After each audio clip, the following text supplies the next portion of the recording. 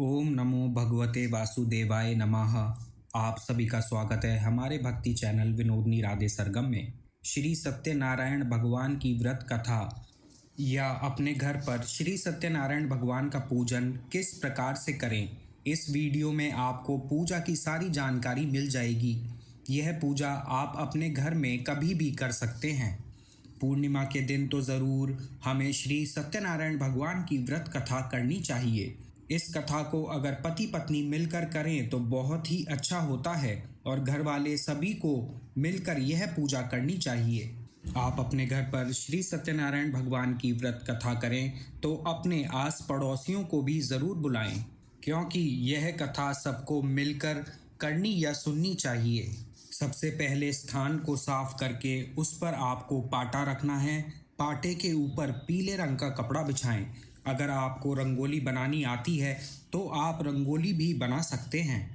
पंडित जी को बुलाकर यह पूजा कराई जाती है, पर अगर आप अपने आप से घर पर खुद यह पूजा करना चाहते हैं तो भी कोई दिक्कत नहीं है। सारी विधि आपको मैं इस वीडियो में बताने वाला हूँ, इसलिए वीडियो को अंत तक ज़रूर देखें। अगर आप चाहें तो चौकी के चारों तरफ आप केले के पत्तों से स्तंभ बनाकर भी मंडप बना सकते हैं। नहीं उपलब्ध है तो कोई बात नहीं। सबसे पहले चावलों का आसन देकर श्री सत्यनारायण भगवान यानी श्री विष्णु भगवान जी की फ़ोटो हम विराजित करेंगे। फ़ोटो या मूर्ति आप दोनों में से कुछ भी ले सकते हैं। उसके बाद उनके सीधे हाथ पर, यानी अगर हम हमारी साइड से देखेंगे तो हमारा उल्टा हाथ पड़ेगा, पर भगवान जी के सीधे हाथ की साइड पर हमें दीपक प्रज्वलित करना है, जो आप अखंड ज्योत ले सकते हैं या छोटा दीपक भी ले सकते हैं, पर पूरी पूजा समाप्त होने तक दीपक प्रज्वलित रहना चाहिए। उसके बाद भगवान के एकदम सामने यानी सेंटर में आपको कलश स्थापना करनी है।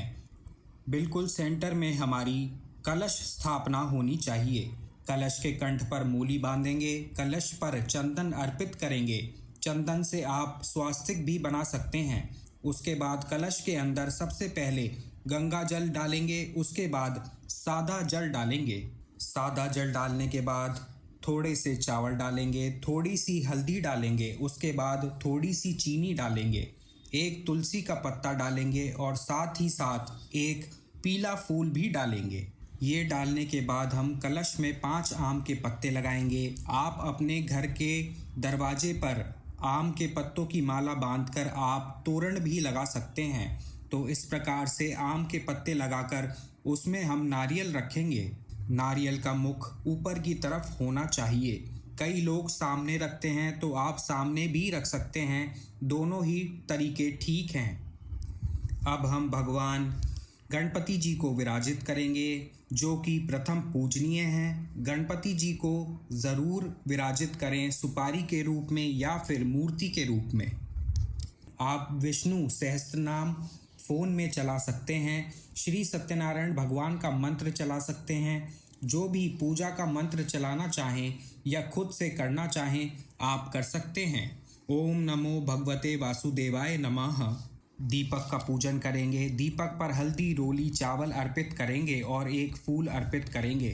दीपक का पूजन करने के बाद हम गणेश जी का पूजन करेंगे। गणेश जी को सबसे पहले जल से छींटा देंगे, फिर हम चंदन का तिलक करेंगे, रोली अर्पित करेंगे। आप साथ में गौरी गणेश दोनों का पूजन कर सकते हैं, पर आप गणेश जी का पूजन करेंगे तो भी काफ़ी होता है। पंडित जी को बुलाकर हम कथा कराते हैं तो फिर नवग्रह व पोडश मातृका सभी बनाई जाती हैं। पर अपने घर पर इस प्रकार से पूजा करेंगे तो भी यह संपूर्ण मानी जाएगी। इसके बाद हम भगवान जी को वस्त्र रूपी मोली अर्पित करेंगे और दुर्पा अर्पित करेंगे। साथ ही साथ भगवान को फूल अर्पित करेंगे, भगवान को धूप दिखाएंगे। अब हम कलश पूजन करेंगे। सबसे पहले जल से स्नान कराएंगे, उसके बाद हल्दी, रोली, चावल, चंदन अर्पित करेंगे। अपने कलश पर मूली तो हमने पहले ही बांध ली थी, पर चाहें तो और मूली बांध सकते हैं। फूल अर्पित करेंगे, धूप दिखाएंगे। पूजा के बाद नारियल का क्या करना है, नारियल को लाल कपड़े में बांधकर रख सकते हैं, मंदिर में चढ़ा सकते हैं या फिर नारियल का विसर्जन कर सकते हैं। कलश पूजन के बाद अब हम श्री विष्णु जी को चंदन का तिलक करेंगे, फिर चावल अर्पित करेंगे। आप चाहें तो साथ में हल्दी का तिलक भी कर सकते हैं। तिलक करने के बाद हम उन्हें वस्त्र रूपी मोली अर्पित करेंगे। आप चाहें तो 1 मीटर पीला कपड़ा लाकर भी अर्पित कर सकते हैं और इस प्रकार भी आप उनको वस्त्र रूपी मोली धारण करा सकते हैं। इसके बाद हम भगवान जी को इत्र अर्पित करेंगे। फिर हम भगवान जी को फूल चढ़ाएंगे। पीले फूल मिल जाएं तो बहुत ही अच्छी बात है। फूल माला अर्पित करें और जो लोग भी पूजा कर रहे हों, पति पत्नी और भी जो लोग हैं, वो सब भगवान जी को यह सब अर्पित करेंगे। श्री सत्यनारायण पूजा में आस पड़ोस लोगों को भी बुलाना चाहिए। आप अपने घर में पंडित जी को बुलाकर कर सकते हैं, खुद भी कर सकते हैं। उसके बाद भगवान को धूप दीप दिखाएंगे। धूप दीप दिखाने के बाद अब हम भगवान जी को प्रसाद अर्पित करेंगे। तो सबसे पहले आपको जल अर्पित करना है और उसके बाद आपको बाल भोग का प्रसाद अर्पित करना है। बाल भोग का प्रसाद यानी आटे से बना हुआ, आटे को भूनकर उसमें आप गुड़ मिला सकते हैं या फिर चीनी का पाउडर मिला सकते हैं। आप गुड़ का पाउडर मिलाएं या फिर चीनी का पाउडर मिलाएं और भोग में आपको तुलसी दल ज़रूर से रखना है। साथ ही साथ आपको पंचामृत बनाना है। यह तो सभी जानते हैं कि पंचामृत कैसे बनता है। दूध, दही, घी, शक्कर, शहद हमें इसमें मिलाना होता है। पंचामृत के भोग में भी आपको तुलसी दल डालना है। इसके बाद हम भगवान जी को फल चढ़ाएंगे। केले का फल अगर आप भगवान जी को चढ़ाते हैं तो बहुत ही अच्छी बात है। और गणेश जी को अलग से बिना तुलसी दल के फल या भोग अर्पित करें। उसके बाद विष्णु भगवान को तुलसी दल अर्पित करेंगे। 108 बार मंत्र जाप करते हुए आप तुलसी अर्पित करें या 11, 21, 51 बार भी आप कर सकते हैं। और अगर आप चाहें तो बाल भोग की जगह सूजी का हलवा भी आप बना सकते हैं। भगवान जी को तुलसी अर्पित करने के बाद हम श्री सत्यनारायण भगवान की व्रत कथा करेंगे।